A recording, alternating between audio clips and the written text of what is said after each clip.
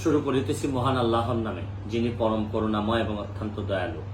আমি আসলে প্রথমেই ধন্যবাদ জানাচ্ছি দুর্নীতি দমন কমিশনকে, যে আপনারা আজকে আপনাদের বিকালে আমি লাইভ দেখেছি, আপনারা সাবেক আইজিপি সাহেব বেনজির সাহেবের যে সম্পদের বিবরণীর উপর যে পত্রিকায় যে রিপোর্ট আসছে, এই রিপোর্টের উপর যে ইনফরমেশন আপনারা পেয়েছেন, আপনারা সিদ্ধান্ত নিয়েছেন যে আপনারা এটা ইনকোয়ারি করবেন, অনুসন্ধান করবেন এবং 3 জনের একটি কমিটি আপনারা অ্যাপ্রুভ করেছেন এবং আরেকজন তদারকির জন্য রেখেছেন।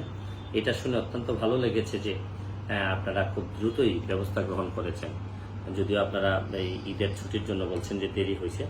তো আমি ব্যক্তিগতভাবে খুবই খুশি, যেহেতু আমি গতকালকে আপনাদের এখানে গিয়েছিলাম অ্যাপ্লিকেশন নিয়ে।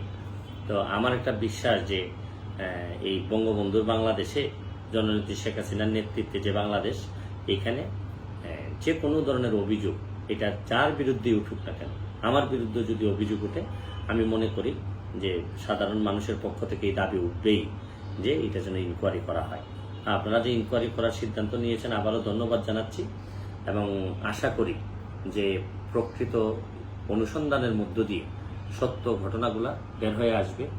যদি যে সম্পদ উনি অর্জন করেছেন, এই অর্জনের মধ্যে যদি ওনার যে স্টেটমেন্টের বাইরে যে সবগুলা থাকবে, যদি থেকে থাকে, এগুলো সব বেরোয় আসবে।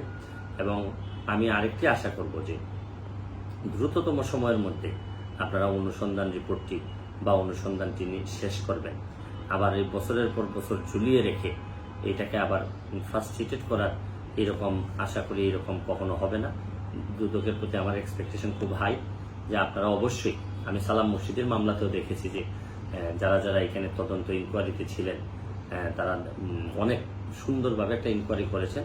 যদিও পরবর্তীতে দেখলাম যে সবই ছিল, শুধু সালাম মুর্শিদি সাহেব ছিলেন না। তো এটা আমি হতাশ হয়েছি, তারপরও আপনাদের উপর একেবারেই বিশ্বাস হারাইনি।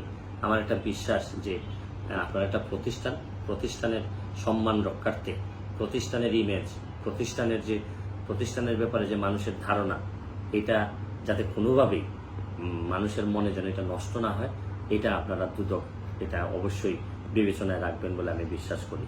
কারণ আমরা ব্যক্তি শেষ হয়ে গেল, ধ্বংস হয়ে গেল, কিছু আসে যায় না। তবে একটা সংস্থা, একটা অর্গানাইজেশন, তারা যেন টিকে থাকে।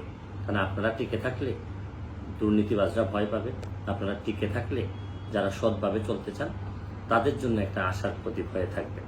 আজকের মতো বিদায় নিচ্ছি। ভালো থাকুক বাংলাদেশ, ভালো থাকুক বাংলাদেশের মানুষ। ধন্যবাদ।